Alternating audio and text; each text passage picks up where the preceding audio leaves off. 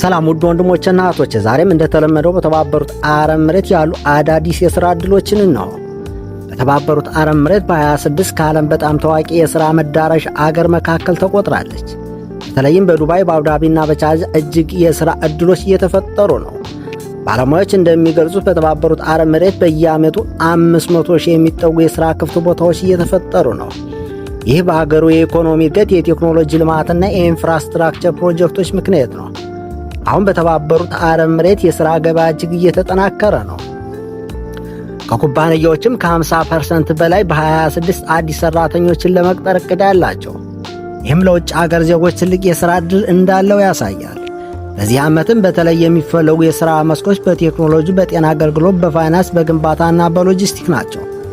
በተለይ በአርቲፊሻል ኢንተለጀንስ፣ ዳታ አናላይሲስ፣ ሳይበር ሴኩሪቲ ሥራዎች እጅግ በፍጥነት እየጨመሩ ነው።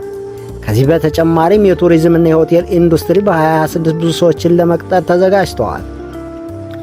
እንዲሁም በዱባይ የፋይናንስ ኩባንያዎች በፍጥነት እየበዙ ነው። በ2025 ብቻ ከ1500 በላይ አዲስ ኩባንያዎች ተመዝግበዋል።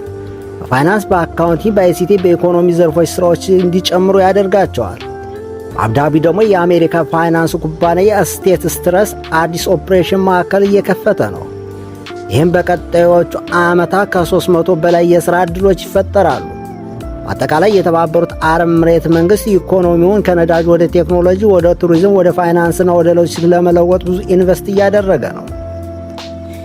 ይህም በዚህ ሀገር የሥራ ገበያን በረጅሙ እንዲጠናከር ያደርገዋል። ነገር ግን ባለሙያዎች አንድ ነገርን ያስጠነቅቃሉ። የሥራ ገበያ ቢጠናከርም ውድድር በጣም ከፍ እያለ መጥቷል።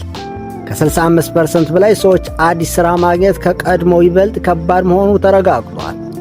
ስለዚህ በተባበሩት አረብ ኤሚሬት ሥራ ለማግኘት የሚፈልጉ ሰዎች አዲስ ክህሎቶችን መማር፣ በተለይ በኮምፒውተርና ቴክኖሎጂ ክህሎትን ማጠናከር በጣም ጠቃሚ ነው።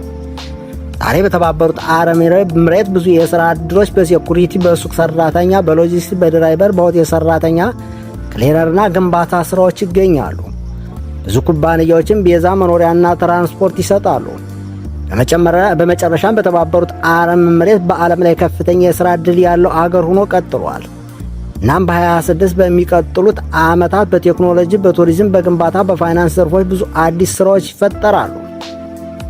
ይህ ነበር የዛሬው የተባበሩት አረብ ኤሚሬት የሥራ ዜና። እናንተ እንደ ወንድሞቻችን በዱባይ ወይም በአቡዳቢ የምትኖሩ ሰዎች እንዲሁም ሥራ የምትፈልጉ ሰዎች ተስፋ አትቁረጡ። ትጋት፣ ትምህርትና ትክክለኛ መረጃ ካለ ዕድል እንደሚኖር እንገነዘባለን። ዕድል ከእናንተ ጋር ይሁን። ሰላም ሁኑ።